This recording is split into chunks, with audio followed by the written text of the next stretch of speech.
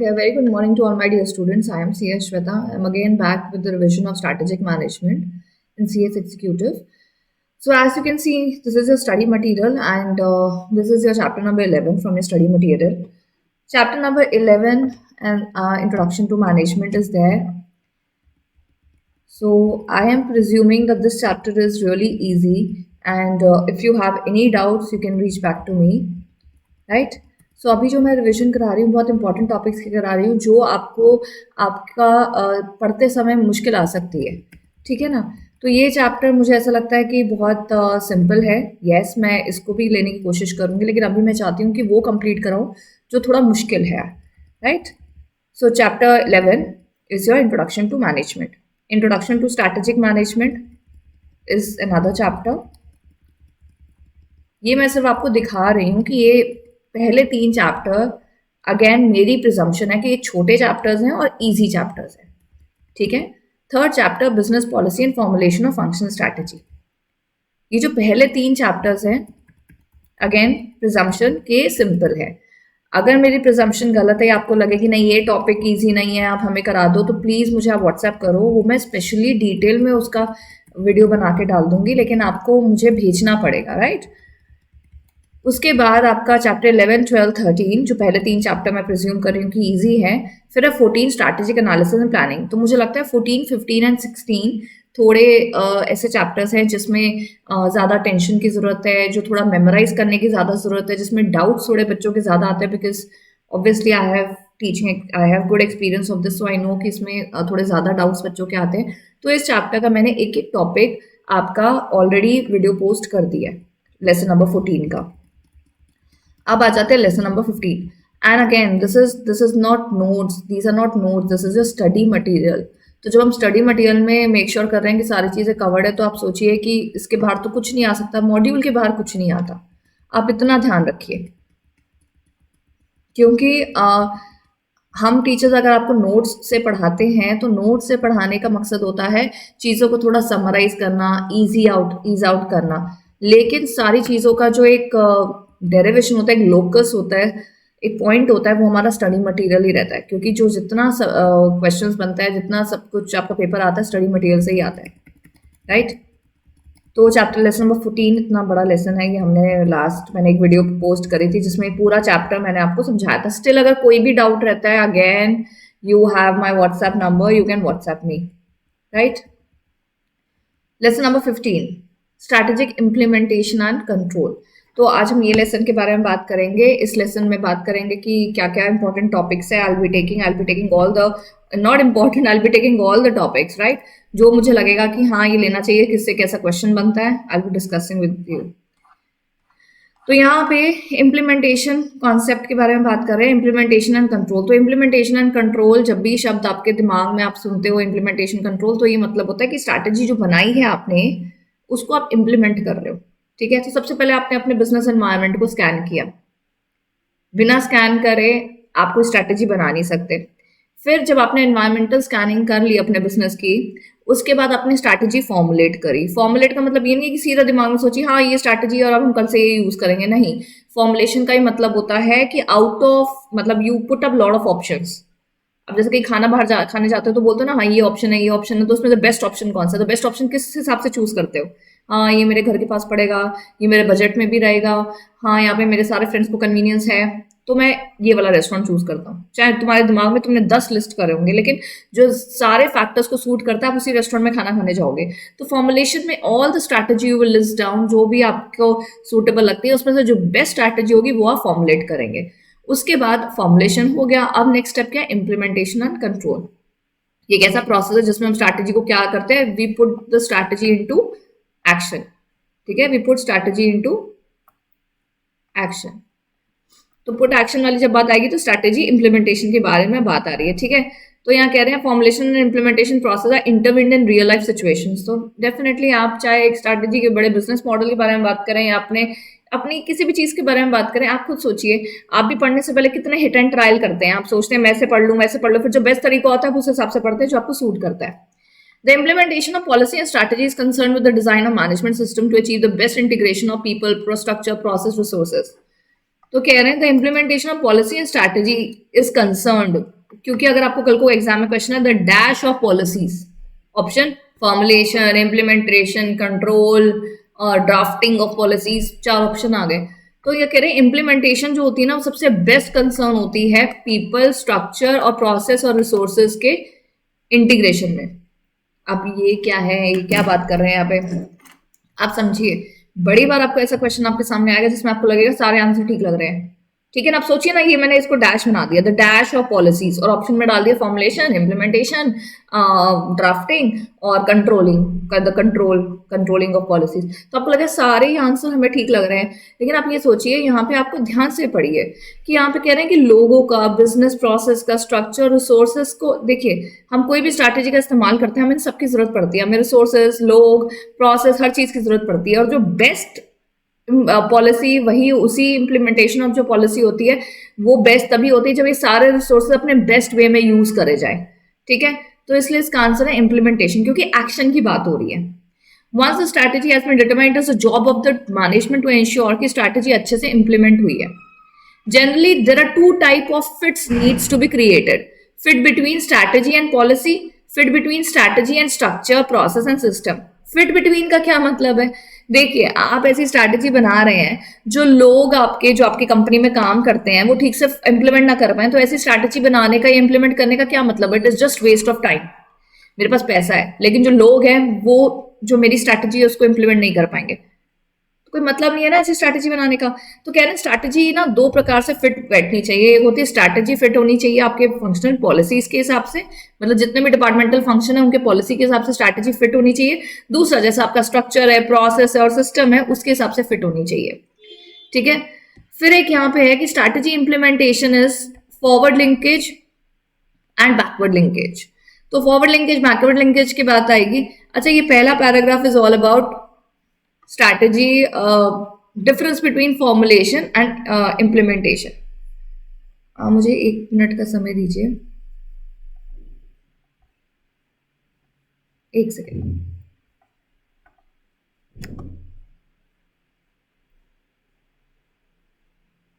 Yes,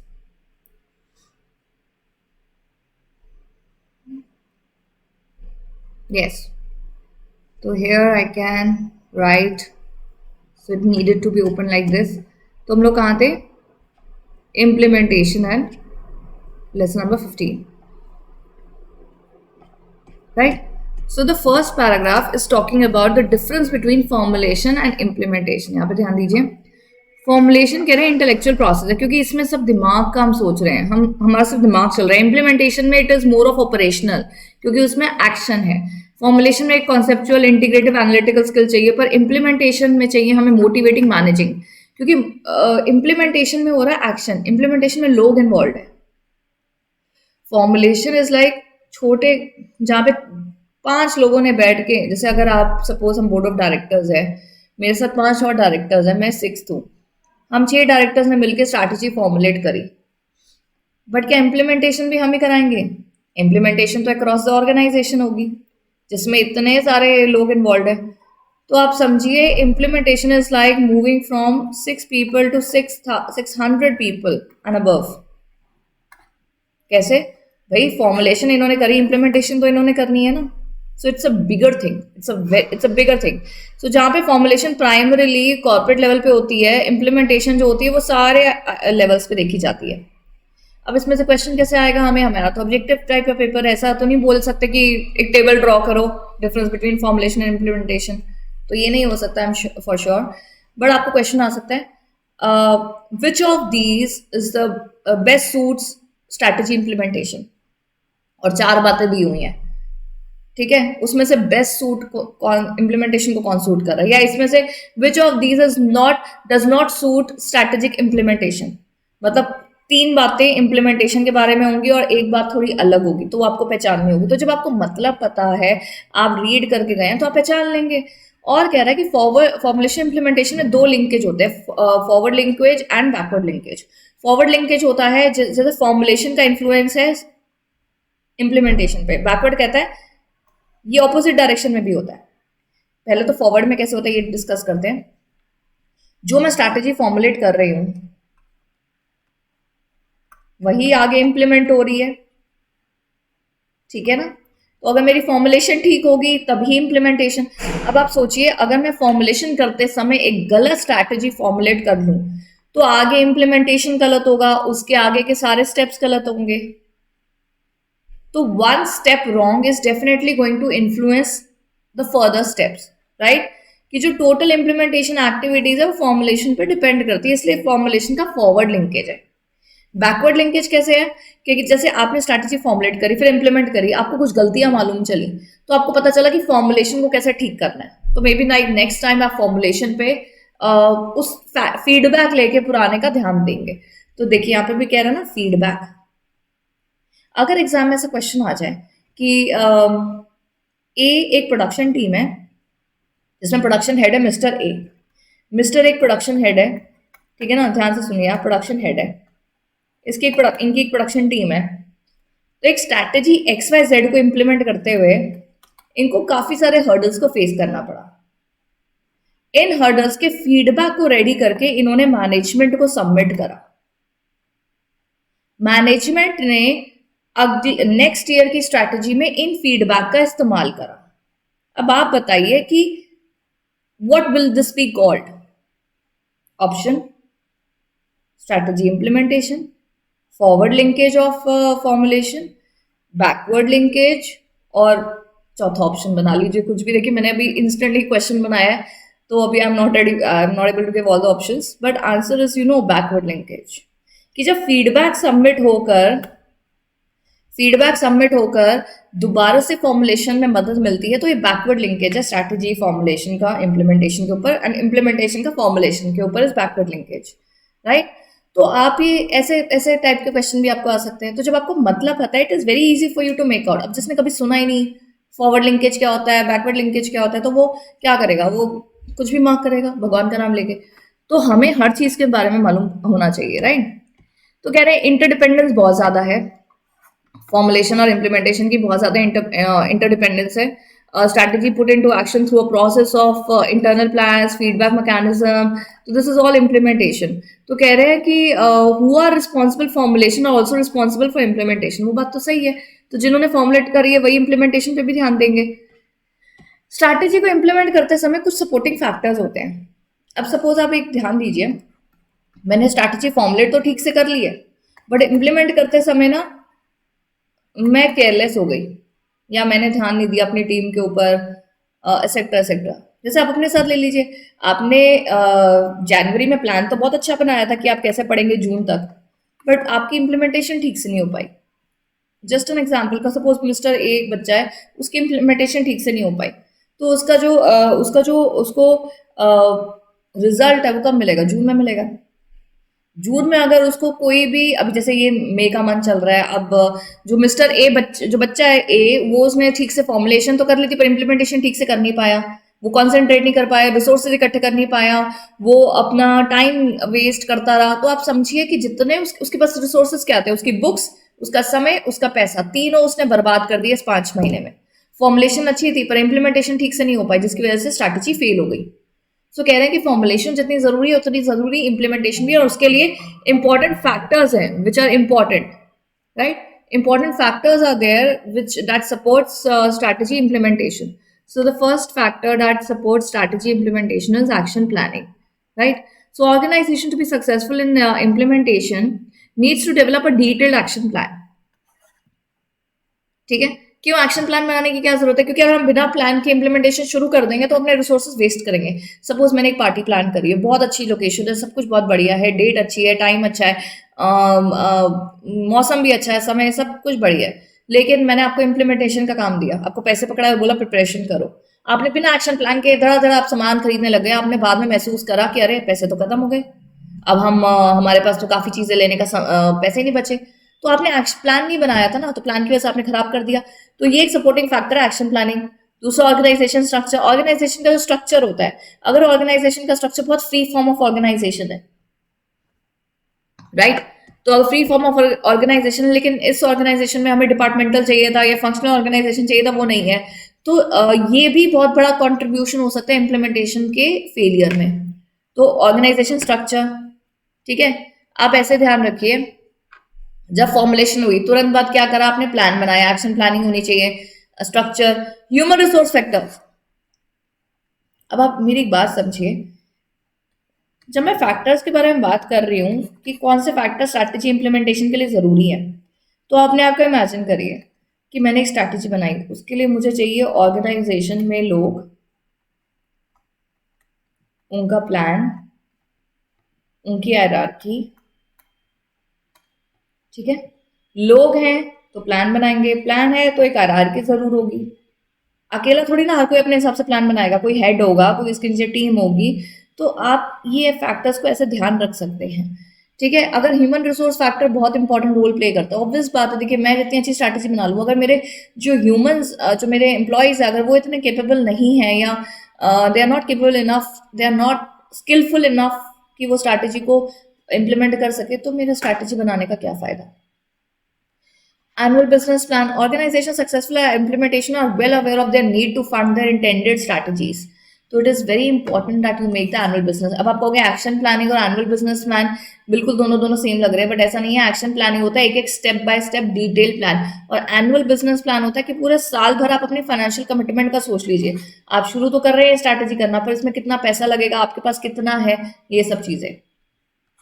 उसके बाद control कह रहे हैं। अब आप कहोगे कंट्रोलिंग तो इम्प्लीमेंटेशन के बाद आती है, फैक्टर कैसे हो गया? फैक्टर इसलिए हो गया क्योंकि इम्प्लीमेंटेशन के दौरान, इम्प्लीमेंटेशन एक दिन का टास्क तो नहीं होता, एक हफ्ते का टास्क तो नहीं होता, एक मंथ का टास्क तो नहीं होता, एक क्वार्टर का टास्क तो नहीं होता, एक साल का टास्क तो नहीं होता। अब आप कहोगे कौन सा टास्क होता है फिर इम्प्लीमेंटेशन? इम्प्लीमेंटेशन किसी भी समय का, कितने भी समय ले सकता है, डिपेंडिंग ऑन योर स्ट्रैटेजी।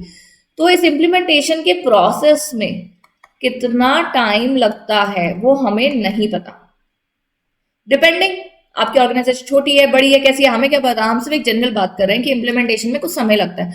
इस प्रोसेस के दौरान आपको नजर रखना जरूरी है, कंट्रोल करना जरूरी है। अगर आपने कंट्रोलिंग छोड़ दी, जैसे सपोज मैं इम्प्लीमेंटेशन करा रही हूँ, मैं अपने सारे एम्प्लॉयज पे ध्यान दे रही हूँ, ठीक है, मैंने 10 दिन तो उन पर ध्यान दिया, उसके बाद उनको छोड़ दिया काम। मैंने जब बाद में 5 महीने बाद देखा तो कुछ काम नहीं हुआ था, सिर्फ खाली टाइम वेस्ट हो रहा था, जो काम किया वो भी गलत किया। तो सोचो फिर तो मैंने सब बर्बाद कर दिया ना, स्ट्रैटेजी बर्बाद, समय बर्बाद, रिसोर्स, फिर सब कुछ बर्बाद। तो ये है ना इंपॉर्टेंट फैक्टर ये भी। तो monitoring and control is also equally important factor. Monitoring the implementation of strategy is on the following routes. इससे जो एश्योरेंस मिलती है कि भाई प्लान के हिसाब से चल रहा है, इससे रिजल्ट्स अचीव्ड है, वो जो ऑब्जेक्टिव दिए थे उसी के हिसाब से चल रहा है या नहीं। करेक्टिव एक्शन बीच में ही लिया जा सकता है, एंड में कोई करेक्टिव एक्शन नहीं होता है, एंड में आपके हाथ में कुछ नहीं रह जाएगा, इसलिए कंट्रोलिंग का ये भी फायदा है। मॉनिटरिंग प्रोसेस कंट्रोल से परफॉर्मेंस इंप्रूव होती है, कोई बीच में कुछ गलत कर भी रहा होगा तो ठीक हो जाएगा। एक तो रिटर्न प्लान का डे टू डे ऑपरेशन से बहुत लेना देना है। अगर मैं एक डिटेल प्लान बना रही हूँ और डे टू डे अगर मैं ठीक से काम नहीं कर रही हूँ, तो मेरा जो प्लान बना हुआ है वो भी ठीक से फुलफिल नहीं हो पाएगा, ठीक है। To set functional area goals the following steps should be taken. Exam बच्चों के आते हैं, बीमार टीचर्स हो जाते हैं। एनीवे क्या कह रहे हैं, following step should be taken कि आप अगर चाहते हैं कि आपके जो फंक्शनल एरिया गोल्स अच्छे से फॉलो, एक तो आप गोल्स को कंपेयर करिए, डिसाइड करिए न्यू गोल एरियाज, कौन कैसे कब परफॉर्म करेगा वो डिसाइड करिए, ठीक है। तो देखिए ये थे हमारे फैक्टर्स। तो अगर फैक्टर्स के बारे में बात आई या कुछ भी बात आई, तो आप आराम से मार्क कर सकते स्ट्रैटेजिक इंप्लीमेंटेशन में क्या क्या चीजें जरूरत होती है, ठीक है। क्वेश्चन आ सकता है which of this is not a factor. यहाँ ना आपको 10 फैक्टर दिए जाएंगे और बोला जाएगा इसमें से कौन से 3-4 मतलब कौन से 4 फैक्टर्स है जो स्ट्रैटेजिक इंप्लीमेंटेशन को अफेक्ट करते हैं। मतलब आपको 10 दिए हुए हैं, उसमें से 4 आपको बताने हैं, तो पता होंगे तभी आप कर पाएंगे ना, राइट। तो ऐसा क्वेश्चन आ सकता है। आगे देखिए इश्यूज क्या क्या आते हैं इंप्लीमेंटेशन के दौरान। प्रोजेक्ट इंप्लीमेंटेशन, प्रोजेक्ट कह रहे हैं बहुत ही एक स्पेसिफिक प्रोग्राम होता है, टाइम शेड्यूल होता है इसका, और you need to determine in advance everything. अच्छा एक बात बताइए, प्रोजेक्ट की इम्प्लीमेंटेशन के लिए कौन सा ऐसा स्ट्रैटेजिक एनालिसिस है जो आपकी मदद करेगा।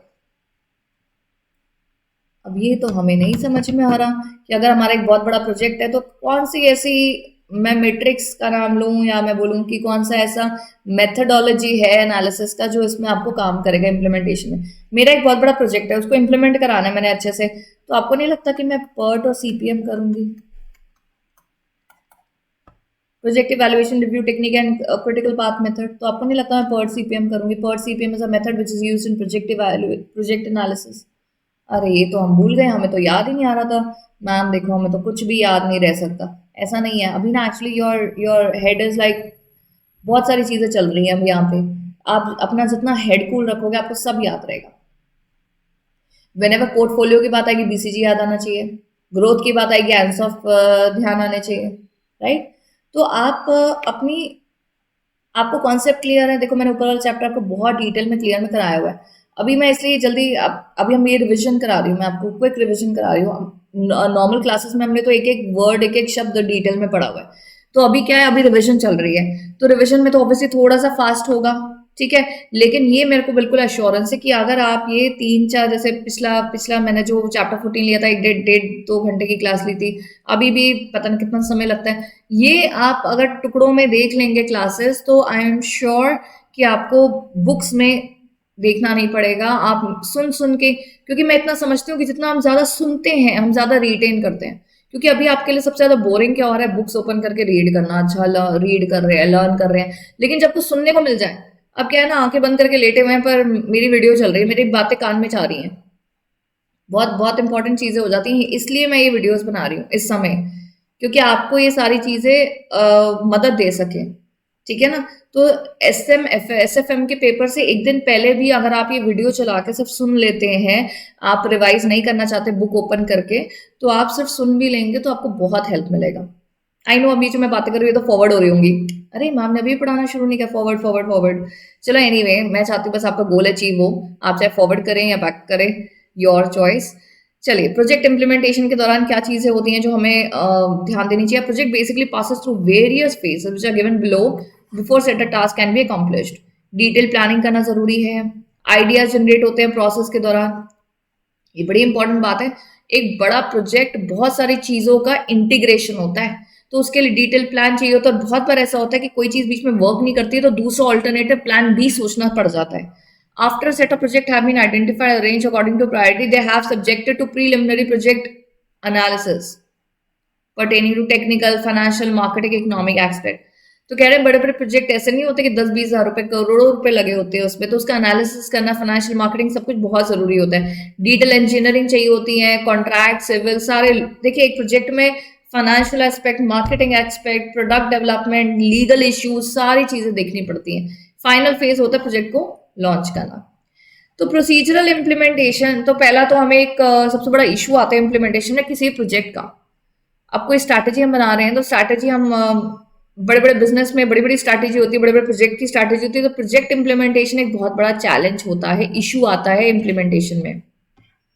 प्रोसीजर, स्ट्रैटेजी इम्प्लीमेंटेशन में स्ट्रैटेजी को एग्जीक्यूट करने की बात करी जाती है रूल्स, रेगुलेशन और प्रोसीजर के हिसाब से, ठीक है, जो गवर्नमेंट ने फॉर्मुलेट करे हैं। Though many procedures are simplified with liberalisation, privatisation and globalisation, FEMA act, requirement, सब कुछ बहुत आसान हो चुका है फिर भी पहले के समय के मुकाबले।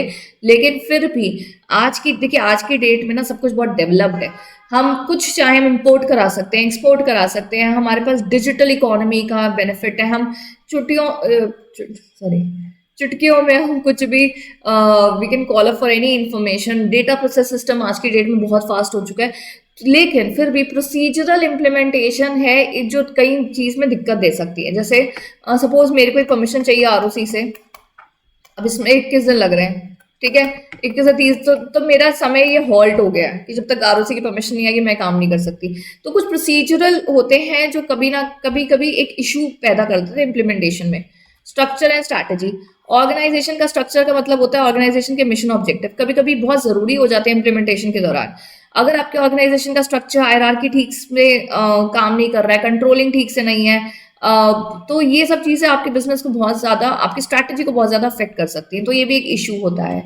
रिसोर्स एलोकेशन, रिसोर्स कितने हैं आपके, कितना एलोकेट करना है। सपोज एक नई स्ट्रैटेजी में बना रही हूँ, अगर मैं सारा पैसा वहीं लगा दूंगी तो मेरा बिजनेस के ऑपरेशन कैसे चलेंगे? तो हर चीज बैलेंस करके चलनी पड़ती है, तो ये भी एक इशू है। फंक्शनल पॉलिसी, बिजनेस फंक्शंस की पॉलिसी, बिजनेस में कितने फंक्शन होते हैं? प्रोडक्शन होता है, मार्केटिंग होता है, फाइनेंस होता है, सेलिंग होता है, और भी होते हैं, बहुत फंक्शंस होते हैं depending again on the size of organisation. तो प्रोडक्शन वाला ठीक से काम कर रहा है, मार्केटिंग वाला नहीं कर रहा, फाइनेंस वाला कर रहा है, सेलिंग वाला नहीं कर रहा, कैन बी पॉसिबल। तो ये भी एक इशू है इम्प्लीमेंटेशन में। कम्युनिकेशन, भाई कम्युनिकेशन बहुत ज़रूरी है।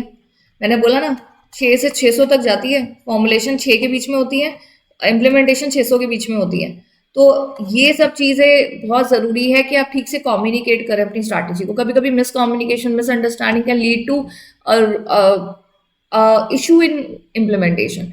लीडरशिप, जितनी अच्छी लीडरशिप होगी उतने अच्छे से स्ट्रैटेजी अच्छे से इम्प्लीमेंट हो पाएगी। तो अगर लीडर अच्छा नहीं है तो आप समझ लीजिए टीम क्या काम करेगी। चैलेंजेस टू चेंज, ये सबसे बड़ा पॉइंट होता है जो मैं कहती हूँ हर जगह आता है, which is resistance to change. कोई भी नई स्ट्रैटेजी ला रहे हैं, नया चेंज ला रहे हैं, पता नहीं सबको मंजूर होगा या नहीं होगा, तो ये भी एक चैलेंज हो जाता है। प्री इम्प्लीमेंटेशन, हम इम्प्लीमेंटेशन कर नहीं रहे लेकिन अभी हम फाइनल स्क्रूटनी एनालिसिस कर रहे हैं, तो उसके हिसाब से हमारी ऑर्गेनाइजेशन में बड़ी सारी वीकनेसेस देखने को मिल रही हैं, तो ये भी एक तरीके का चैलेंज हो सकता है। तो आप ये सोचिए कि आपकी स्ट्रैटेजी इम्प्लीमेंट हो रही है तो उसमें क्या क्या चैलेंज है, प्रोजेक्ट का, प्रोसीजर का, एक्शन का, लीडर का, एम्प्लॉयज का, चेंजेस का, there are so many challenges which we have to face. अब इस पे करते क्या है, एक अगर आप प्रैक्टिकली बात करें तो स्ट्रैटेजिस्ट हर एक इशू पे काम करते हैं, मेक श्योर करते हैं। देखिए मैनेजमेंट जो होती है ना बहुत ही अनसर्टेनिटी पे चलती है, राइट। कुछ भी कभी भी हो सकता है। सिचुएशन एनालिसिस में याद हमने बात की थी, कभी भी कुछ भी हो जाता है, प्रेजेंट सिचुएशन के हिसाब से देखना चाहिए। तो बहुत सारे क्रिटिसिज्म भी होते हैं कि स्ट्रैटेजीज की इम्प्लीमेंटेशन में बहुत इश्यूज आते हैं, लेकिन इन सारे इश्यूज को मैनेज करना आना चाहिए। फंक्शन, पॉलिसी, रिसोर्सेज का होना ना होना, कम्युनिकेशन, ये सब चीजें ना बहुत इश्यूज पैदा करती हैं स्ट्रैटेजीज की इम्प्लीमेंटेशन में। फिर है McKinsey 7S framework. 7S, 7S मतलब 7 फैक्टर स्टार्टिंग विद S।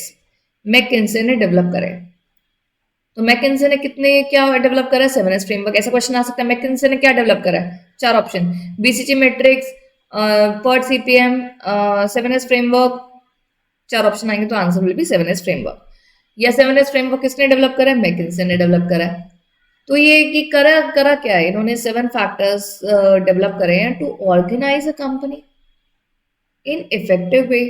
अभी इम्प्लीमेंटेशन के बीच में ये क्या आ गया, ये इसलिए आ गया है क्योंकि मैकिन्से ने कहीं ना कहीं यही बात करी है कि एक अच्छा प्रोग्राम आपकी इम्प्लीमेंटेशन में मददगार हो सकता है अगर आप ये 7S पे ध्यान दें तो। ठीक है, 7S क्या क्या है, अब ये क्वेश्चन एग्जाम में आ सकता है। इसमें से कौन सा ऐसा एस है जो मैकिन्से के 7S में नहीं है। आपको 10 एस दिए गए, मतलब 10 फैक्टर है which are starting with S. ठीक है, अब स्ट्रक्चर मतलब इन सब के अलावा और 3 4 5 एस से स्टार्ट हुए फैक्टर्स डाले हुए हैं जो मैकिन्से के 7S में नहीं है, तो आपको पहचानना है। वो पहचानेंगे तब ना जब आपको याद रहेंगे। ठीक है, तो स्ट्रैटेजी मैकिन्से बोलते बड़ा जरूरी है। स्ट्रैटेजी के लिए देखो ये देख रहे हो ये कैसे बनाया हुआ है इन्होंने, ये वेब की तरह, because these all are interrelated with each other. आपका स्ट्रक्चर कैसा ऑर्गेनाइजेशन का, सिस्टम कैसा कैसा सिस्टम, जैसे आप कभी जाते हो बोलते ना अरे ये रेस्टोरेंट का सिस्टम बड़ा खराब है, किसी भी चीज पे बोल देते हो। सिस्टम का मतलब क्या है, आप कह रहे हो एक ऑर्डर लेने आ रहा है, दूसरा ऑर्डर लेने आ रहा है, तीसरा पूछ रहा है कि आपका ऑर्डर आया नहीं आया, चौथा कह रहा है कि आपको क्या खाना है। मैं कहूँगा बड़ा खराब सिस्टम है। जब कोई चीज कोऑर्डिनेटेड नहीं होती तो उसको हम बोलते हैं खराब सिस्टम है। तो ये सब चीजें बहुत डिपेंड करती है सिस्टम पे। स्टाइल, क्योंकि स्टाइल कैसे इंप्लीमेंटेशन में काम आता है। स्टाइल का क्या मतलब है, every style is a approach to do a certain thing. जैसे मेरा तो यही स्टाइल है, मैं तो ऐसे ही काम करती हूँ। मैं तो पहले क्लाइंट से मीटिंग करती हूँ, उसके बाद first I take out the details of the client and then I do the client meeting. This is my style of working. I don't do the meeting first. My style, meeting first, your client may give you a this thing कि काम करें या ना करें। So first take out the information about the client, be prepared who the client is, right? What is the credibility of the client and what is the client company involved in। उसके बाद आप client meeting करो तो आप ज़्यादा strongly आप अपने decision making कर पाओगे कि आपको काम करना है नहीं करना। Everybody has a style of working, right? So style is a methodology, approach। Staff बहुत जरूरी है भाई, बिना स्टाफ के तो स्ट्रैटेजी क्या कुछ भी नहीं हो सकता। स्किल्स, अब स्टाफ है अगर उनके स्किलफुल नहीं है तब भी स्ट्रैटेजी इंप्लीमेंट नहीं हो पाएगी। Shared values, every business has a business value. ठीक है ना, तो ये कह रहे हैं कि आपके वैल्यूज कैसे हैं, ये भी बहुत ज्यादा अफेक्ट करते हैं आपको। अब यहाँ कह रहे हैं above framework 7S mechanism works, it is imperative to know what each S means and what is its implication, right? अब यहाँ देखिए, the 3S across the top of the model are described as hard S, and 4S across the bottom of the model are less tangible, more cultural, and sometimes neglected in major changes are called as soft S. तो ये हमारे हैं hard S,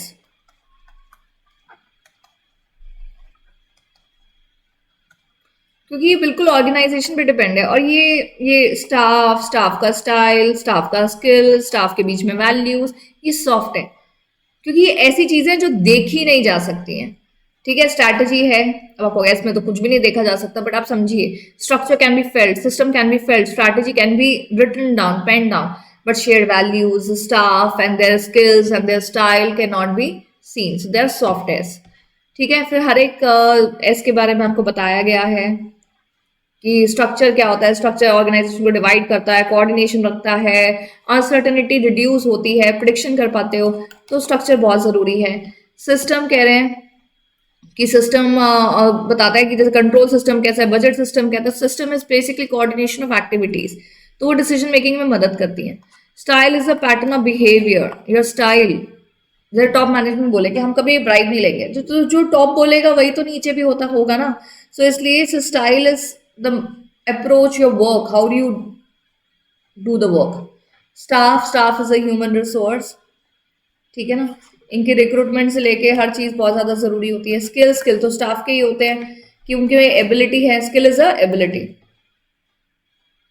अगर मैं बोलूँ कि मैं काम नहीं कर सकती, इसका मतलब मैं इस चीज में स्किलफुल नहीं हूँ, जो मैं बोलूँ ये मैं काम कर सकती हूँ, I am able to do it, तो इसका मतलब मेरे पास स्किल है, तो ability skill is a ability. कभी कभी बड़े ऐसे क्वेश्चन भी आते हैं, skill is dash, goal, objective, action, ability, तो उस समय ना बड़ी छोटी छोटी चीजें ऐसे ट्रिगर करती है, अरे हमने तो इतने बड़े बड़े स्ट्रैटेजिस्ट के नाम याद कर लिया, आएगा और आंसर ऑफ ये कौन से साल में क्या, और क्वेश्चन देखो कैसा आ रहा है। शेयर्ड वैल्यूज देखो, अभी तक जो याद करने वाली चीज है, अभी तक जो हमने इस चैप्टर में करी है, वो है मैकिन्से के 7S फ्रेमवर्क, मतलब 7S framework given by McKinsey. Shared value is your mission objective, तो कह रहे some of the important benefit of 7S framework is कि वो एक अच्छा टूल है, गाइड करता है ऑर्गेनाइजेशन को, हार्ड और सॉफ्ट एलिमेंट्स पे कॉन्सेंट्रेट करता है, सारे एस पैरेलल और एक दूसरे से इंटर रिलेटेड है। ठीक है ना, उसके बाद स्टूडेंट्स बोल रहा है, तो अभी तक हमने क्या क्या बातें करी हैं, अगर हम एक बार डिस्कस करें तो हमने बात करी है इम्प्लीमेंटेशन क्या होता है, उसके बाद हमने बात करी है कि फॉरवर्ड बैकवर्ड लिंकेज के बारे में, फॉरवर्ड एंड बैकवर्ड। ठीक है, उसके बाद हमने बात करी है स्टाफ फैक्टर्स कौन से हैं जो इम्प्लीमेंटेशन को अफेक्ट करते हैं, उसके बाद हमने बात करें इश्यूज क्या क्या आते हैं स्ट्रैटेजिक इम्प्लीमेंटेशन में, एंड देन हमने बात करी मैकिन्से 7S फ्रेमवर्क के बारे में। ये लिखने में मुझे कितनी देर लगी, 10 सेकेंड। आपको भी हर कुछ टॉपिक्स के बाद एक बार पीछे जरूर जाना है, मैंने हमेशा बोला है रीड रिवाइज रिटेन, पहले रीड करिए, फिर उसको read and learn basically revise करिए, और वही आपसे रिटेन हो पाएगा। ये 3 R's are very important, read revise retain. मेरा हमेशा से फॉर्मूला रहा है, अगर मेरे पास रिवाइज करने का समय नहीं है तो मैं पढ़ाई कम कर लूंगी, लेकिन जो चीज़ करी है उसको रिवाइज जरूर करूंगी। बिना रिवाइज करे तो ना मुझे अजीब सी फीलिंग, सफोकेटिंग सी फीलिंग होने लग जाती है, लगता है मैंने कुछ करा ही नहीं है। आप खुद भी सोचो ना, आप पढ़े जा रहे हो, पीछे नहीं देख रहे हो, क्या पढ़ के हटे हो, तो फिर क्या बोलते हो, हमें तो कुछ याद ही नहीं है। तो भाई याद तो तब होगा ना जब रिवाइज करेंगे। अब मैंने ये चीजें लिखने में मुझे 10 सेकंड लगे हैं, सोचिए। अगर आप अपने मन में ये चीजें, मतलब आप पेन साइड पे लिख रहे हैं और आप सोच रहे हैं कि अच्छा इसमें क्या था, इसमें ये पॉइंट था, जो पॉइंट नहीं याद आया, अच्छा तुरंत ऊपर जाके देखा, अच्छा क्या था क्या नहीं था, भाई इससे आपका जो दिमाग में चीज है वो बिल्कुल अच्छे से रिटेन हो जाएगी, और यही तो करना है हमें। खाली हमें फॉर्मेलिटी के लिए थोड़ी ना पढ़ना है, हमें हर चीज यहाँ पे रिटेन भी तो करनी है, तो वेरी इंपॉर्टेंट।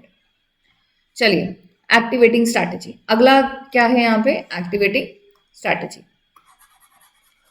स्ट्रैटेजी को एक्टिवेट करिए। अब ये क्या है भाई, कोई बॉम्ब है जिसको हम एक्टिवेट करें, मतलब कोई स्पेसशिप है हम उसको लॉन्च कर रहे हैं, वैसे ही समझ लीजिए आप एक्टिवेटिंग का मतलब। अगेन 6 से 600 के बीच में एक्टिवेट करना है। 6 से 600 मतलब फॉर्मुलेशन यहाँ हुई थी, एक्टिवेशन यहाँ हो रही है। इसके लिए क्या करूं मैं बताओ?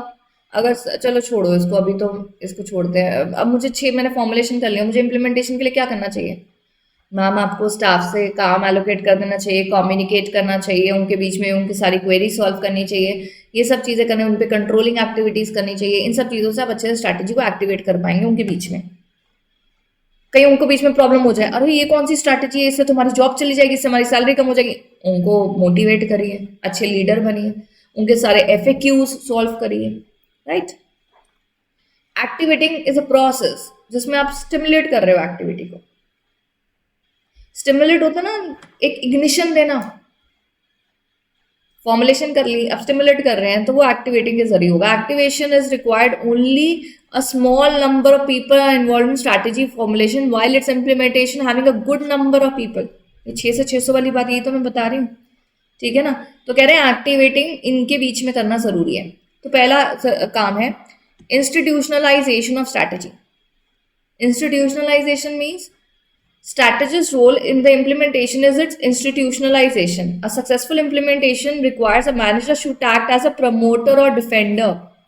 इंस्टीट्यूशनलाइजेशन में दो चीज इन्वॉल्व होती है, तो बाद में करेंगे। पहले इंस्टीट्यूशनलाइजेशन का मतलब क्या है? इंस्टीट्यूशनलाइज मीन्स आप उस स्ट्रैटेजी को जो डायरेक्टर ने बंद कमरे में 6 लोगों ने बनाई है, उसको जब आप पूरे ऑर्गेनाइजेशन में इंस्टीट्यूशनलाइज कर रहे हो, मतलब means you are transferring that strategy to the different hierarchy levels, right. तो एक्टिवेट तो इनके बीच में करनी है ना, खाली 6 लोगों ने डिसाइड करी, फॉर्मुलेट करी, वही थोड़ी, उनका हाथ जरूर है इम्प्लीमेंटेशन में, पर वो थोड़ी ना इम्प्लीमेंट करेंगे, इम्प्लीमेंट तो 600 करेंगे ना। तो उनके बीच में इंस्टीट्यूशनलाइज करना है, और इंस्टीट्यूशनलाइज कैसे कैसे करेंगे? बताकर, तो कम्युनिकेशन, ठीक है। और कम्युनिकेट खाली ये नहीं बोल के भाषण देके चले गए, उनको एक्सेप्टेंस भी तो करानी है। एक्सेप्टेंस का मतलब भाई उनको उनका पॉजिटिव एटीट्यूड लेना है, उनकी कॉन्फर्मेशन लेनी है कि सबको, जब मैं आऊं, मैं आके पढ़ाऊं और बोलूं बाय चली जाऊं, तो मेरे पढ़ाने का मतलब आपसे पूछूंगी ना, समझ में आया, क्वेश्चन पूछूंगी, आपके जो क्वेरीज होंगी वो हैंडल करूंगी, तो I got the acceptance, right. तो आपने स्ट्रैटेजी कम्युनिकेट करी, फिर उनकी एक्सेप्टेंस ली। भाई एक्सेप्टेंस का मतलब उनसे पूछोगे कि आपको समझ में आई, एनी डाउट, एफएक्यूज है उनके सॉल्व करोगे, तो आपने इंस्टीट्यूशनलाइज कर दी। अब खाली आके एक दिन भाषण दे के कम्युनिकेट और एक्सेप्टेंस करा के इंस्टीट्यूशनलाइज हो गई? नहीं, आगे इसका प्रोग्राम बनाना पड़ेगा, प्लान बनाना पड़ेगा। अपने ना माइंड में एक पिक्चर लाओ कि हमें स्ट्रैटेजी एक्टिवेट करनी है, मैं डायरेक्टर हूँ एक, अब मैं अब 600 लोगों के बीच में इंस्टीट्यूशनलाइज एक्टिवेट कर रहा हूँ स्ट्रैटेजी, तो पहले तो मुझे उनको कम्युनिकेट करना पड़ेगा, इंस्टीट्यूशनलाइज करना पड़ेगा। इंस्टीट्यूशनलाइज में दो चीजें होती है, कम्युनिकेशन और एक्सेप्टेंस। फिर मुझे एक्शन प्लान बनाने पड़ेंगे, क्योंकि मैं तो अथॉरिटी हूँ। अब उनको बता दिया, इसका मतलब ये नहीं हर कोई अपना खुद नया प्लान बनाएगा। एक बार इंस्टीट्यूशनलाइज हो जाता है तो फिर हमें क्या बनाना है? Plan and programme. इसका मतलब ये स्टेप बाय स्टेप है। पहली सीढ़ी है इंस्टीट्यूशनलाइजेशन, दूसरी सीढ़ी है आपकी प्लान्स एंड प्रोग्राम्स, फॉर्मुलेट करना प्लान्स एंड प्रोग्राम्स, ठीक है।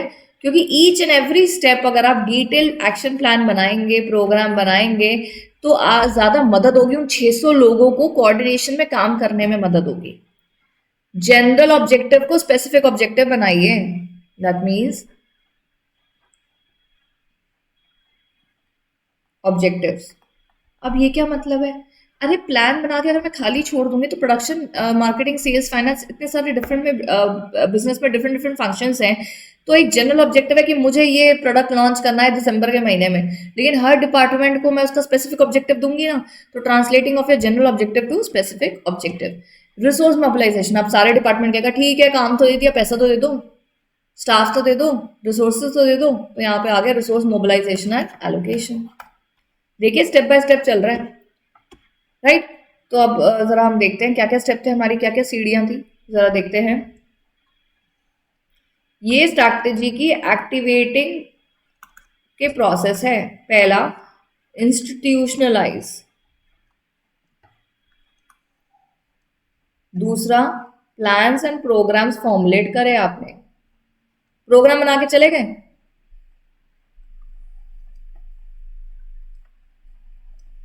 प्लान्स एंड प्रोग्राम्स, उसके बाद ऑब्जेक्टिव, जनरल ऑब्जेक्टिव को स्पेसिफिक ऑब्जेक्टिव में देखो। पहले तो क्या है, पहले तो हमने सारे एम्प्लॉयज को एक जगह बुलाया, ऑडिटोरियम, उनको बताया, इंस्टीट्यूशनलाइज करा। फिर हमने अपने प्लान्स एंड प्रोग्राम्स बनाए और उनमें सर्कुलेट कराए।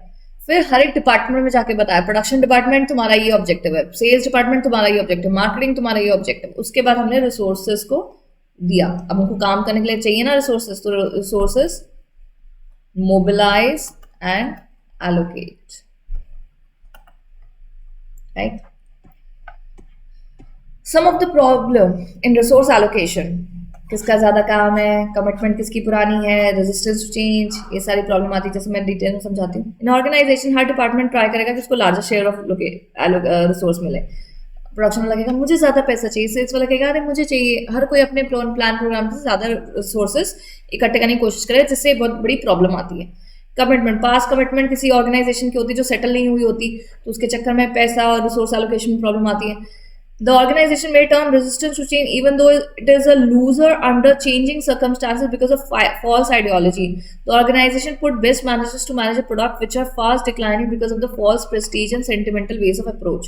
तो यहाँ कह रहे हैं आपने कोई नई स्ट्रैटेजी बनाई, कोई डिपार्टमेंटल मैनेजर है फाइनेंस डिपार्टमेंट का, कहेगा मुझे तो ये स्ट्रैटेजी ठीक नहीं लग रही। एक बोलेगा, मार्केटिंग वाला भी ऐसे बोल रहा है, रेजिस्टेंस टू चेंज हो रहा है, तो ये भी एक बहुत बड़ी आपको कमी आ सकती है, right.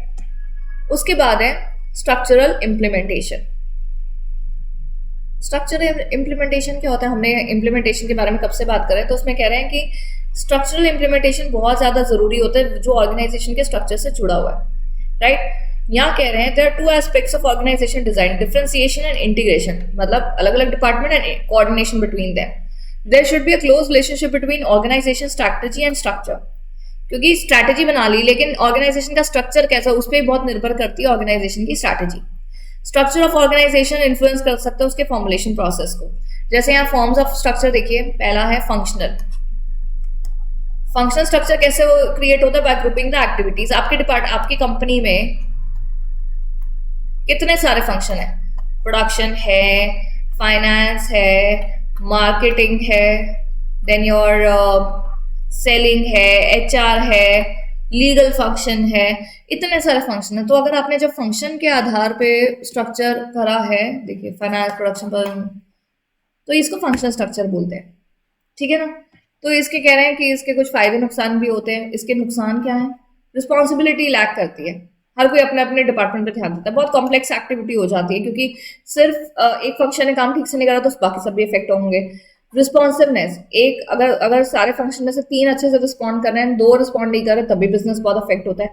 Line and staff conflict, मतलब अगर किसी डिपार्टमेंटल में उसके मैनेजर के साथ आपकी कॉन्फ्लिक्ट हो जाए, तो बेशक एमडी बहुत अच्छा है कंपनी का, लेकिन आप शायद इसलिए टर्नओवर कर लें अपनी job just because your leader is not good. तो ये सारे कॉन्फ्लिक्ट्स बहुत आते हैं। फायदा क्या है, हर डिपार्टमेंट का, हर फंक्शन का अपना स्पेशलाइजेशन होता है।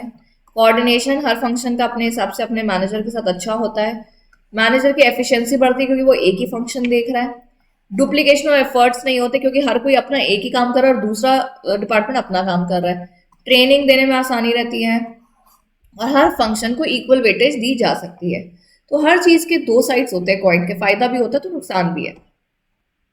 अब डिविजनल स्ट्रक्चर, अच्छा देखिए, अगर तो मेरा कोई बिजनेस है, मैं सपोज दिल्ली में रहती हूँ, सपोज नहीं मैं दिल्ली में ही रहती हूँ, तो दिल्ली में रह के अगर मैं सपोज प्रोडक्शन करूँ कुछ किसी चीज़ की, ठीक है, सिर्फ दिल्ली में ही मेरा काम है और अभी भी मैंने प्रोडक्शन स्टार्ट करी, तो मैं फंक्शनल के हिसाब से डिवाइड करूंगी ना। छोटा बिजनेस है, बड़ा बिजनेस है, मतलब ईस्ट इंडिया में भी मेरा काम का एक प्लांट सेटअप है, साउथ इंडिया में भी है, महाराष्ट्र साइड भी है, गुजरात में भी है, हिमाचल में भी है, अलग अलग जगहों पे मेरे प्रोडक्शन चल रही है। तो मेरे लिए बेस्ट डिविजन स्ट्रक्चर रहेगा क्योंकि मैंने अपने डिविजन्स को डिवाइड करा है और प्रोडक्शन 1 में अलग अलग फंक्शन है, प्रोडक्शन 2 के अलग अलग फंक्शन है। अब प्रोडक्शन 1 जिस एरिया में है, वहां का मार्केटिंग डिपार्टमेंट जो काम कर रहा है, क्या वो ये सपोज ये मेरा है गुजरात में, ये है दिल्ली में, तो दोनों के मार्केटिंग हेड अलग अलग काम करेंगे ना अपने जोग्राफिकल लोकेशन के हिसाब से। तो अगर आपका बहुत एक्सपैंडिंग बिजनेस है तो आपके लिए डिविजनल सबसे ज्यादा बेहतर रहेगा, ठीक है ना। उसके बाद कह रहा है कि हर एक को आप स्ट्रैटेजिक बिजनेस यूनिट कंसिडर करेंगे, जोग्राफिकली स्प्रेड होता है ये, इसमें वेरियस एक्टिविटीज नेसेसरी होती हैं, ये डिविजन्स के हिसाब से काम करता है ऑर्गेनाइजेशन के। ठीक है, इसमें एडवांटेज क्या है कि स्ट्रिक्ट फाइनेंशियल कंट्रोल रहता है, हर डिवीजन को उसके हिसाब से पैसा मिलता है, जहां पे जहाँ गलती होती है उसको पकड़ा जा सकता है। मोरल एनहांस होता है क्योंकि जो डिवीजन अच्छा काम कर रहा है उसके हिसाब से। स्ट्रैटेजिक हर हर एरिया के हिसाब से, हर डिवीजन के हिसाब से अलग अलग बनती है, हाई एफिशिएंसी लेवल होता है क्योंकि हर डिवीजन अपने एफिशिएंसी में काम करता है। अगर मेरी दिल्ली वाली ब्रांच अच्छी चल रही है तो शायद गुजरात वाली अच्छी ना चल रही हो, तो मैं गुजरात वाली पे कॉन्सेंट्रेट करूंगी, that what is going wrong, right. नुकसान क्या है, बहुत कॉस्टली हो जाता है इतने बड़े बड़े डिवीजन क्रिएट करना, कंपटीशन हो जाता है डिवीजन के बीच में कि दिल्ली वाली ब्रांच अच्छी कर रही है कि गुजरात वाली अच्छी कर रही है कि केरला वाली अच्छी कर रही है। कोऑर्डिनेशन प्रॉब्लम्स, एक कोऑर्डिनेशन प्रॉब्लम रहता है एक पूरे ऑर्गेनाइजेशन के टर्नओवर्स में, प्रायोरिटीज चेंज हो जाती है, आप नॉर्थ साइड पे अच्छा ध्यान दे रहे हो, साउथ में नहीं दे रहे हो, ईस्ट के लिए अच्छी फॉर्मुलेट कर रहे हो स्ट्रैटेजीज, वेस्ट के लिए नहीं कर रहे हो, तो ये थोड़ी सी प्रॉब्लम्स आ जाती हैं डिविजनल स्ट्रक्चर में। लेकिन फिर भी मैं बोलूंगी कि जिस भी ऑर्गेनाइजेशन जो छोटी है उसके लिए फंक्शनल अच्छा है, और जो बड़ी ऑर्गेनाइजेशन है उनके लिए डिविजनल अच्छा है। सो बेसिकली दो टाइप ऑफ ऑर्गेनाइजेशन स्ट्रक्चर ही होता है जो सबसे ज्यादा अहम होता है। मैट्रिक्स, मैट्रिक्स में क्या होता है, आप एक नया प्रोजेक्ट लॉन्च कर रहे हो, ठीक है, हर प्रोजेक्ट लॉन्च में अलग अलग डिपार्टमेंट्स होते हैं, राइट। आपने जैसे यहाँ कह रहा है project management, marketing, personnel, production, finance, ठीक है ना। तो वैसे ही आपके अलग अलग प्रोजेक्ट्स हैं, आपने अलग अलग डिपार्टमेंट क्रिएट करे, तो कुछ आपने हायर करे हैं बाहर से एम्प्लॉयज हायर करें अपने नए प्रोजेक्ट के लिए, और कुछ अपनी कंपनी के जो ऑलरेडी एग्जिस्टिंग डिपार्टमेंटल हेड्स हैं उनको आपने भेजा है नए प्रोजेक्ट में, तो इट्स अ ग्रिड। कुछ यहाँ मतलब फाइनेंस है, जैसे नए प्रोजेक्ट में एक डिपार्टमेंट है मार्केटिंग, तो नया न्यू मार्केटिंग हेड भी आएगा प्लस ओल्ड भी आएगा, so old and new together form of grid, so this is a matrix form of organisation. तो जब भी कोई नया प्रोजेक्ट होता है या प्रोडक्ट होता है तो एक टू डायमेंशनल अथॉरिटी रहती है। तो आप समझिए जो मार्केटिंग हेड है वो तो एक पुराना भी, आपने जो आपका ऑलरेडी चल रहा है, देखो एक नया प्रोजेक्ट लॉन्च किया है मैंने, तो जो मेरा पुराना मार्केटिंग हेड है वो, प्लस मैंने एक बाहर से भी हायर करा, वो जो नया हायर करा है वो इसलिए करा है क्योंकि वो नए प्रोजेक्ट पे पूरा ध्यान देगा, उसकी अटेंशन डिवाइडेड नहीं है, और जो पुराना मैंने इस प्रोजेक्ट में जोड़ा वो इसलिए जोड़ा है सो दैट उसका जो एक्सपीरियंस ऑर्गेनाइजेशन का वो दे सके। तो ना ये डुअल अथॉरिटी देखी जाती है, इसको मैट्रिक्स बोलते हैं, मैट्रिक्स स्ट्रक्चर। ये जनरली नहीं देखा जाता है, ये वहीं देखा जाता है नए प्रोजेक्ट जहां पे होते हैं। इनके फायदे क्या है, डायरेक्ट रिलेशन होता है, क्वालिटी डिसीजन, हर मैनेजमेंट पार्टिसिपेट कर सकती है। डिसएडवांटेज, कॉन्फ्लिक्ट, तू भी मार्केटिंग हेड है नया, मैं पुरानी मार्केटिंग हेड हूँ, लड़ाइयाँ। डिले डिसीजन, बहुत ज्यादा इंटीग्रेशन चाहिए होता है, पुराना नया नया पुराना, तो ये थोड़ा सा डिसएडवांटेज हो जाता है। री इन्वेंटिंग ऑर्गेनाइजेशन स्ट्रक्चर्स में कह रहे हैं मैट्रिक्स जो है वो बड़े सारे क्रिटिसिज्म देखती है, मैट्रिक्स को अच्छे से करने के लिए एजाइल होना जरूरी है, एजाइल का मतलब होता है फ्लेक्सिबल, राइट। तो यहाँ कह रहे हैं Spotify divided its workforce called tribes, यहाँ पे कुछ कंपनीज का आपको दिया हुआ है, tribes, alliances, other than Spotify, Google is another example जो मैट्रिक्स पे काम करता है बहुत बार, राइट। मैट्रिक्स के मार्केटिंग चैलेंज होते हैं, where can we get the answer we need, knowledge, expertise, information, right, customers, ये सब चीज़ें देखना ज़रूरी है। टिप्स क्या है, टेक्नोलॉजी ट्रैप को अवॉइड करिए, बी अ स्टार्टर, कि आप ही नॉलेज शेयर कर रहे हैं एक ऑर्गेनाइजेशन में, रीच आउट टीम्स को आप डिवाइड करें, अच्छे से कनेक्ट करें उनके साथ, तो ये आपके लिए थोड़ा सा matrix form of organization advantages हो सकता है, right. There is a gap between marketing, service and distribution, तो उसके लिए आप अच्छा कोलैबोरेशन कर सकते हैं, इंफॉर्मेशन बिल्डअप कर सकते हैं ऑर्गेनाइजेशन में, सर्विस और फीडबैक वाली चीज़ रख सकते हैं, ओवरकम करिए अपने मार्केटिंग रिसोर्सेज को, ऑप्टिमाइज करिए प्रोजेक्ट को, reach out to groups for help. So ये वो चीज़ें जो बड़ी कॉमन चीज़ें हैं, मतलब अगर हमें किसी ऑर्गेनाइजेशनल स्ट्रक्चर में तकलीफ आ रही है तो हम डेफिनेटली हम अपने इंटीग्रेशन करेंगे, हम कम्युनिकेशन करेंगे, हम रिक्रूट करेंगे, right. Another form of organization is free form. Free form organization वो होती है जिसका कोई पर्टिकुलर सिस्टम नहीं होता, इट्स ओपन सिस्टम, ठीक है ना, पर्टिकुलर हायरार्की नहीं है, ओपन फॉर्म ऑफ ऑर्गेनाइजेशन है, जैसे फ्रीलांसर्स में हो गया, या कोई ऐसी ऑर्गेनाइजेशन है जो आर्टिस्टिक क्राफ्ट और क्रिएटिविटी के ऊपर है, तो वहां पे ना कोई पर्टिकुलर डिपार्टमेंट नहीं होता, वहां पे क्या होता है हर कोई अपने स्किल के हिसाब से कर रहा है, so it's a free form of organisation. तो जो majorly form of organization structure है वो हमारा फंक्शनल और डिपार्टमेंटल ही है, राइट।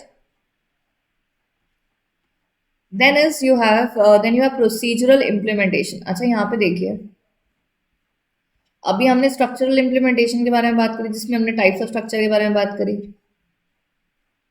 Right, structural implementation. उसके बाद हमने स्ट्रैटेजिक इम्प्लीमेंटेशन के बारे में बात करी सबसे पहले, right, this is what, this is strategy implementation. उसके बाद हमने स्ट्रक्चरल इम्प्लीमेंटेशन के बारे में बात करी। अब जो हम बात कर रहे हैं दैट इज प्रोसीजरल इम्प्लीमेंटेशन। किसी भी प्रोसीजर, यहाँ पे कह रहे हैं प्रोसीजर क्या होता है, it is series of task in a sequence, right. तो उसमें लाइसेंसिंग रिक्वायरमेंट चाहिए होती है किसी भी स्ट्रैटेजी को करने के लिए। आपकी इंडस्ट्री है तो आईडीआर एक्ट 1951 के हिसाब से, then you have if you have export import business, then you have to look up to FEMA requirements. Foreign company है तो फॉरेन कोलैबोरेशन प्रोसीजर्स होते हैं, अगर आप इंडिया के बाहर कुछ सेटअप करना चाहते हैं। कैपिटल इशू रिक्वायरमेंट के लिए हमें सेबी, हमें एससीआरए, ये सब देखना होता है, राइट। इंपोर्ट एक्सपोर्ट रिक्वायरमेंट के हिसाब से हमें देखने पड़ते हैं कि हमारे कौन से टाइप के गुड्स हैं, मिनिस्ट्री ऑफ कॉमर्स की परमिशन, लाइसेंस, ये सब चीज़ें। तो यहाँ कह रहे हैं कि एक होता है प्रोसीजरल इम्प्लीमेंटेशन, सबसे पहले strategic implementation, then you have structure implementation. आपके ऑर्गेनाइजेशन में कैसा स्ट्रक्चर है, किस प्रकार का होता है, कैसा होना चाहिए। प्रोसीजर को करने के लिए हमें licensing requirement, FEMA, capital requirement के लिए कौन से लॉ, तो इट्स बेसिकली लॉज। प्रोसीजर को करने के लिए लीगल इश्यूज तो आपको फेस करने पड़ेंगे, तो लॉज की इम्प्लीमेंटेशन है। बिहेवियरल इम्प्लीमेंटेशन, बिहेवियर की जहाँ बात आती है तो वहाँ पे लोगों की बात आती है, क्योंकि बिहेवियर तो लोगों के होते, मशीन के तो होते नहीं है, ठीक है ना। तो यहाँ कह रहे हैं स्ट्रैटेजी आपकी जैसे भी हो, बिहेवियर इम्प्लीमेंटेशन भी बहुत ज़्यादा ज़रूरी है। क्योंकि वही बात है, अगर स्ट्रैटेजी आपकी अच्छी है लेकिन if you not dealing with the behavioural implementation of people in your organization, then how will it go, कैसे आप फॉर्मुलेट या इम्प्लीमेंटेशन कर पाएंगे। तो लीडरशिप, लीडरशिप कह रहे हैं बहुत ही इंपॉर्टेंट होता है बिजनेस में। एक अच्छा लीडर ऑर्गेनाइजेशन बना भी सकता है और बर्बाद भी कर सकता है। स्ट्रैटेजिक लीडरशिप बहुत इंपॉर्टेंट प्रोसेस है, क्योंकि इसमें ट्रांसफॉर्म करना पड़ता है आपको लोगों को एक यूनिक पोजीशन देने के लिए। If I am a good leader I will be able to motivate them, मैं उनका मोरल हाई कर सकती हूँ। अगर मैं अच्छी लीडर नहीं हूँ तो मैं उनको मोटिवेट नहीं कर पाऊंगी। तो मेरा, देखिए, कम्युनिकेशन ना हर किसी का स्किल नहीं होता है, अपनी बात को रखना हर किसी का टैलेंट नहीं होता है। ये 2+2 आपको हर कोई बता देगा 4 है, बट कैसे आया, कैसे इसको लर्न करना है, नहीं, हमें नहीं पता। कम्युनिकेशन बहुत जरूरी है। स्ट्रैटेजिक लीडरशिप में कह रहे हैं कि लीडर का एक विजन होता है, ट्रांसफॉर्मेशनल एस्पेक्ट होता है, उसमें ट्रांसफॉर्म करना, मोटिवेट करना लोगों को। लीडरशिप में सारे एक्सटर्नल इंटरनल फैक्टर सब पे फोकस करना जरूरी है। एक लीडर में, लीडरशिप के बारे में हमने पहले भी बहुत सारे चैप्टर में बात करी है, 9 roles of leader, strategist, then you have talent advocate, captivator, कितने सारे हमने रोल्स करे थे लीडर के। तो यहाँ कह रहे हैं leader should adopt the following initiative, new qualities, visionary होना जरूरी है, वैल्यू कल्चर पे ध्यान देना है ऑर्गेनाइजेशन के, स्ट्रैटेजिक थिंकिंग रखनी है, हर कोई स्ट्रैटेजिक थिंकिंग नहीं रख सकता, फ्यूचर में देखना, राइट। उसके बाद लीडर्स का रोल बहुत ज़्यादा ज़रूरी है, अपने एम्फोसाइज करना है स्टेट्समैनशिप पे, पर्सपेक्टिव अपना सबके हिसाब से रखना है। एक होता है एम्पथी, एम्पथी होता है सबके हिसाब से सोचना, वो भी एक लीडरशिप की बड़ी इंपॉर्टेंट क्वालिटी है, एम्फोसाइजिंग ऑन इनोवेशन, राइट। तो स्ट्रैटेजिक लीडरशिप अगर अच्छे से रहेगी ऑर्गेनाइजेशन में, तो बिहेवियरल इंप्लीमेंटेशन अच्छे से डील करा जा सकता है। ऑर्गेनाइजेशन का कल्चर अफेक्ट करता है इंप्लीमेंटेशन को। अगेन, अगर हमारी ऑर्गेनाइजेशन में कल्चर ही ऐसा है कि हम ब्राइब ले रहे हैं, ये कर रहे हैं, कस्टमर पे ध्यान नहीं दे रहे, प्रोडक्ट पे ध्यान दे रहे हैं, तो आप खुद सोचिए कि ऑर्गेनाइजेशन में फिर कितने समय तक टिक पाएगा। वैल्यू एथिक्स बहुत जरूरी है, प्रोफेशनल कोड ऑफ कंडक्ट, ये सब चीजें इंप्लीमेंटेशन में बहुत ध्यान देती है। बिहेवियरल में क्या आता है, बिहेवियर में इंसान आते हैं, इंसान में कौन है, लीडर कैसा है, ऑर्गेनाइजेशन का कल्चर कैसा है, और वैल्यू एथिक्स, ये तीनों चीजें बिहेवियर के हिसाब से लोगों के रेगुलेट करी जाती है। बिहेवियर में मतलब क्या, इंसान के वैल्यू एथिक्स। अगर मैं ऐसी सपोज मैं अच्छी लीडर नहीं हूँ तो मैं बिहेवियर को रेगुलेट नहीं कर पाऊंगी अपनी टीम के, ठीक है। उसके बाद मैं कल्चर अच्छे से नहीं बना पाऊंगी, मैं वैल्यू एथिक्स एस्टेब्लिश नहीं कर पाऊंगी। तो ये तीनों चीजें ही बिहेवियरल इंप्लीमेंटेशन में आती हैं। सपोज एग्जाम में क्वेश्चन आता है, which of these is not behavioural implementation.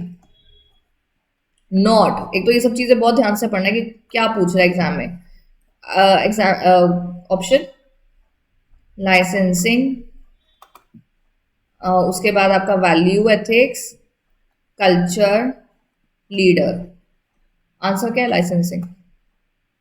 अब जिसको नहीं आता वो कहेगा लाइसेंस भी तो लोग ही लेने जाते हैं, तो ये भी तो बिहेवियर ही हो गया ना, मतलब अलग ही ट्रैक पे चल रहे हैं लोग। तो क्या कह रहे हैं, बिहेवियरल इंप्लीमेंटेशन में क्या क्या चीजें आती हैं जो अफेक्ट करती है स्ट्रैटेजी की इंप्लीमेंटेशन में, value, ethics, culture, leadership. Licensing जो है प्रोसीजरल इंप्लीमेंटेशन में आता है, तो ऐसा क्वेश्चन एग्जाम में आ सकता है, right.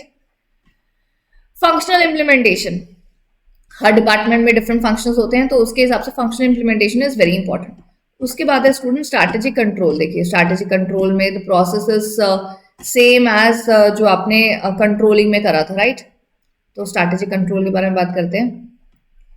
Strategic control is concern with strategic management, जो मैंने बताया आपको, आपने चैप्टर नंबर 11 लेसन नंबर 11 में ही किया था, राइट। तो कंट्रोल इन्वॉल्व्स बेसिकली मॉनिटरिंग, जहां मॉनिटरिंग शब्द है वो हमें पता है कि कंट्रोल से रिलेटेड है। अभी भी देखिए कुछ याद करने वाला नहीं आया, याद कराने वाली चीजें जो थी अभी तक मैकिन्से के बारे में ही आई चीज जो मैंने आपको बताई। तो इस चैप्टर में बहुत मेमोराइजिंग वाली चीजें नहीं है, अंडरस्टैंडिंग वाली चीज है। मैंने आपको समझाया हुआ है मेमोराइजिंग और अंडरस्टैंडिंग दोनों से मिलकर ही आपका एक सक्सेस हो पाएगा एग्जाम में। कंट्रोल इंश्योर करता है कि जो एम है उनको एक्शन प्लान्स में ट्रांसलेट करा जा सके, ठीक है। एम्फेसाइज करा जाता है प्लानिंग एक्टिविटीज में, क्योंकि प्लान जो हुआ है कंट्रोल, देखिए कंट्रोल मीन्स व्हाट, मैं अगर आज मुझे बोला जाए कंट्रोल करना है आपको अपनी टीम को, तो मैं देखूंगी ना प्लान क्या बनाया था, क्या ये उस हिसाब से चल रहे हैं या नहीं चल रहे हैं। स्ट्रैटेजी कंट्रोल का रोल क्या है, इससे आप प्रोग्रेस को मेजर कर सकते हो कि प्रोग्रेसिव हो भी रहा है या नहीं हो रहा है, फीडबैक ले सकते हो। आपने ये भी पढ़ा है planning and controlling both are forward and backward looking. Planning से आगे कंट्रोलिंग होता है, कंट्रोलिंग अगर अच्छा नहीं होता तो हम वापस प्लान्स को मॉडिफाई करते हैं।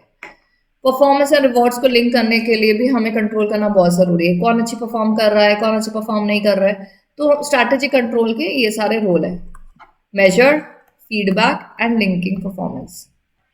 Role of organization system in strategy control, बिना इंफॉर्मेशन के कंट्रोल कर पाएंगे नहीं, तो एक इंफॉर्मेशन सिस्टम बहुत ज्यादा जरूरी है हमें स्ट्रैटेजी कंट्रोल करने के लिए, राइट। उसके बाद हमें क्या जरूरी है, प्लानिंग सिस्टम। अगर हमारा ठीक से प्लान नहीं हुआ है तो हम आगे कंट्रोल कैसे कर सकते हैं। आज अगर मैंने ठीक से प्लान नहीं करा तो बाद में मेरा एम्प्लॉय बोलेगा मैम आपने ये तो बताया ही नहीं था, तो मेरा प्लान ही नहीं हुआ, तो मैं उस पर कंट्रोल कैसे कर सकती हूँ।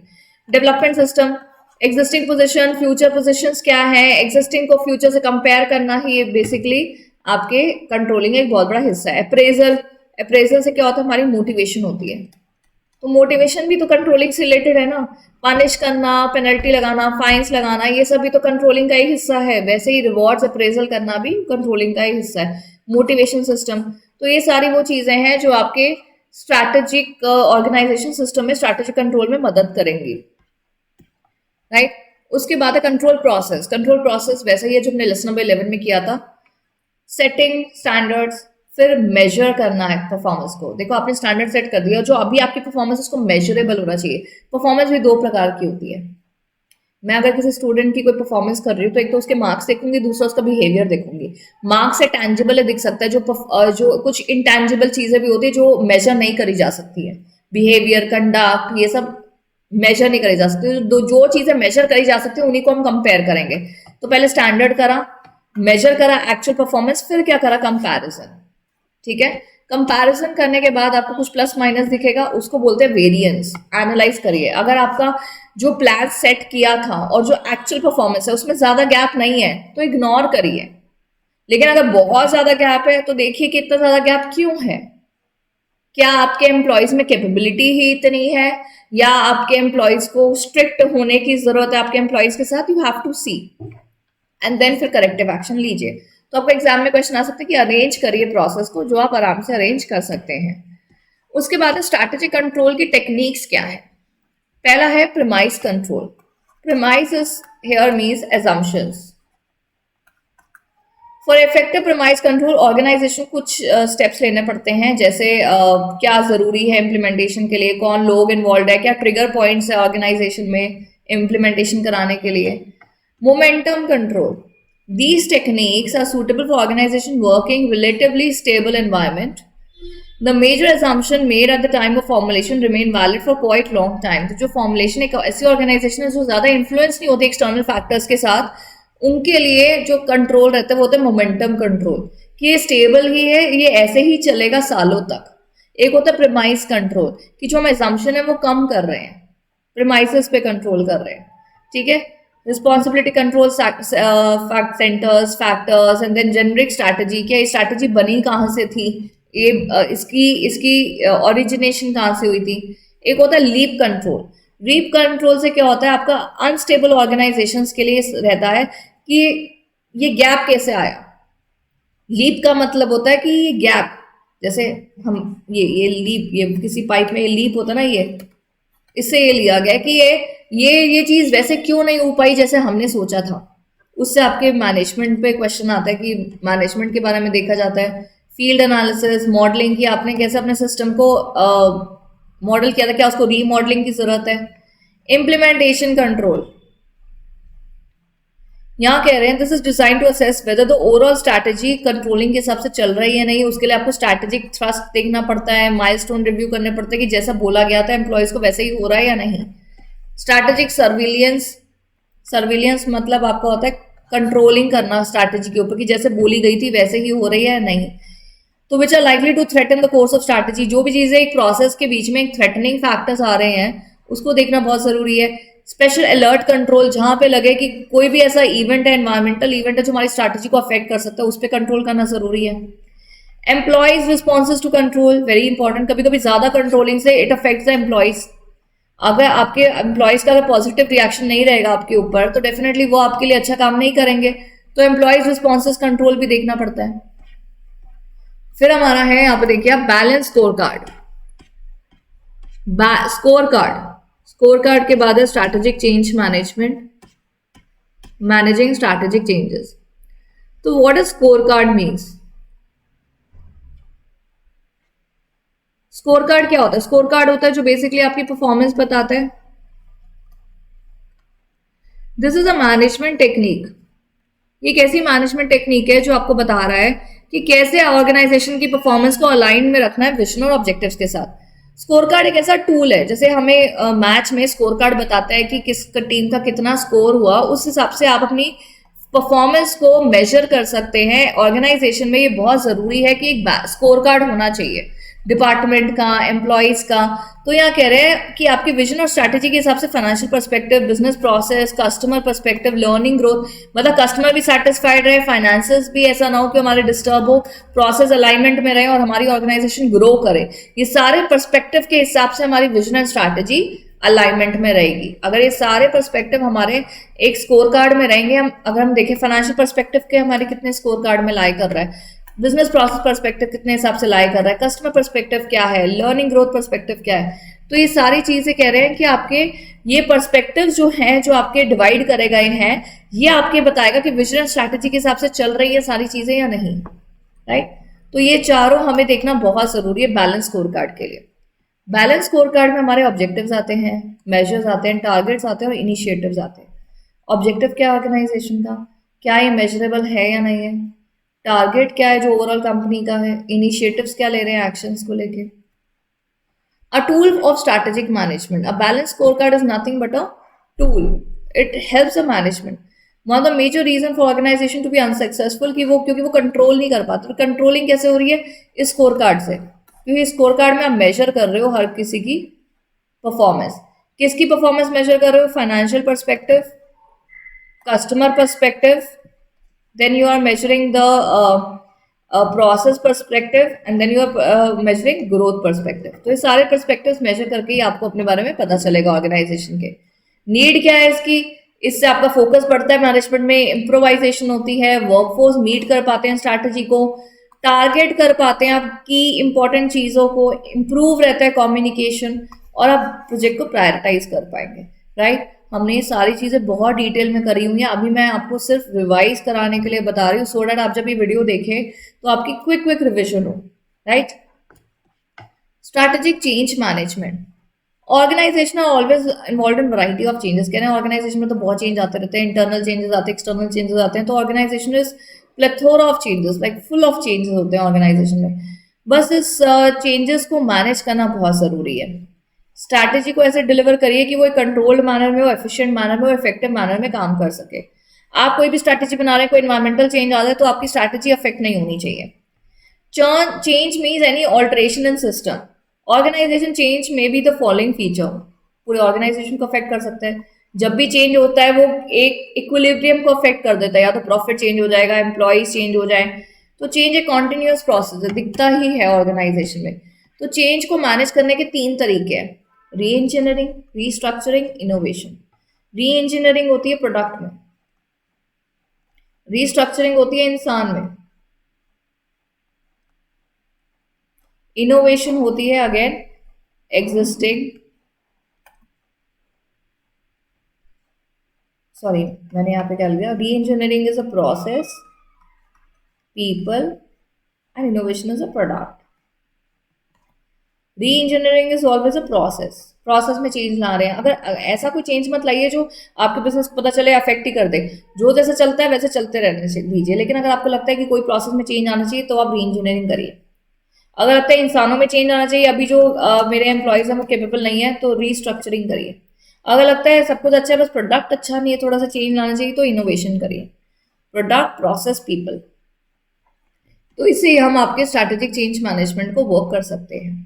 अनफोर्स change in the environment, technological development, reduction in demand, productivity capacity, operating cost बढ़ रही है, कॉम्पिटेटिव एडवांटेज बढ़ रहा है, आपका कॉम्पिटिटर आपसे ज़्यादा बेहतर कर रहा है, तो आपको क्या करना चाहिए? तो आप ये 3 चीज़ें कर सकते हैं। प्रोडक्ट में चेंज ला सकते हैं जिसको हम इनोवेशन बोलते हैं, प्रोसेस में चेंज ला सकते हैं जिसको हम बीपीआर बोलते हैं, और पीपल में चेंज ला सकते हैं जिसको हम रीस्ट्रक्चरिंग बोलते हैं।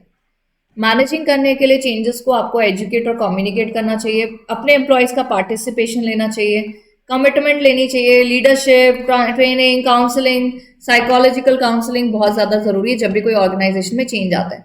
कोऑर्शन एंड एडिक्ट, इसका मतलब होता है कुछ ऐसे डायरेक्शन लाने चाहिए जो सबको फॉलो करना बहुत ज़्यादा ज़रूरी है। तो इससे हम चेंजेस को मैनेज कर सकते हैं। चेंजेस कितने प्रकार के होते हैं? 3 प्रकार के होते हैं। अब ये चेंजेस को पॉजिटिवली लाने के लिए हम ये सारे मेजर्स कर सकते हैं। उनको अच्छे लीडरशिप, उनको मोटिवेट करना, उनको कम्युनिकेट करना, उनको पार्टिसिपेटिव करना, राइट? तो ये सारी चीज़ें हैं जो हम एक चेंज को मैनेज करने के लिए कर सकते हैं। लीडरशिप के कुछ फॉर्म्स बताए गए हैं, classical leadership styles, modern leadership styles which are absolutely same, visionary, coaching, affiliative, democratic, pace and commanding. तो यहाँ कह रहे हैं लेकिन वैसे 3 टाइप के स्टाइल्स होते हैं, autocratic, democratic and laissez faire. Kurt Lewin कहते हैं, एक सोशल रिसर्चर थे, जो कहते हैं लीडरशिप स्टाइल्स पे। लेविन ने 3 ही लीडरशिप स्टाइल्स निकालते हैं। अगर आपको एग्जाम में क्वेश्चन है कितने लीडरशिप स्टाइल्स है मोस्ट कॉमन, तो 3 ही है, autocratic, democratic and laissez faire. किसने निकाला है ये? कर्ट लेविन ने। कर्ट लेविन ने 3 डेमोक्रेटिक स्टाइल्स निकाले हैं। क्लासिकल मीन्स होता है पुराना, मॉडर्न मतलब आजकल। लीडरशिप स्टाइल वही है, सिर्फ तरीका, अप्रोचेस बदले हैं। मोस्ट रिसेंट टाइम में साइकोलॉजिस्ट डेनियल गोलमैन ने बोला है 6 की लीडरशिप स्टाइल्स होते हैं जो वर्क करते हैं उनके एक्सपीरियंसेस के हिसाब से, ठीक है ना? Visionary, coaching, affiliative, democratic, pace setting and commanding. Visionary मतलब वो उसके पास विजनरी क्वालिटी होनी चाहिए आगे का देखने के लिए, डायरेक्शन देना, कोचिंग। एफिलिएटिव मतलब एक मोरल हाई करना, डेमोक्रेटिक मतलब पार्टिसिपेशन लेना एम्प्लॉयज़ की, पेस सेटिंग, पेस का मतलब तो स्पीड, और कमांडिंग मतलब एट टाइम्स रूल्स भी कमांड करने की क्वालिटी होनी चाहिए। तो डेनियल गोलमैन एक ऐसे साइकोलॉजिस्ट जिन्होंने मॉडर्न लीडरशिप स्टाइल्स दिए जिसमें 6 एलिमेंट डाले थे।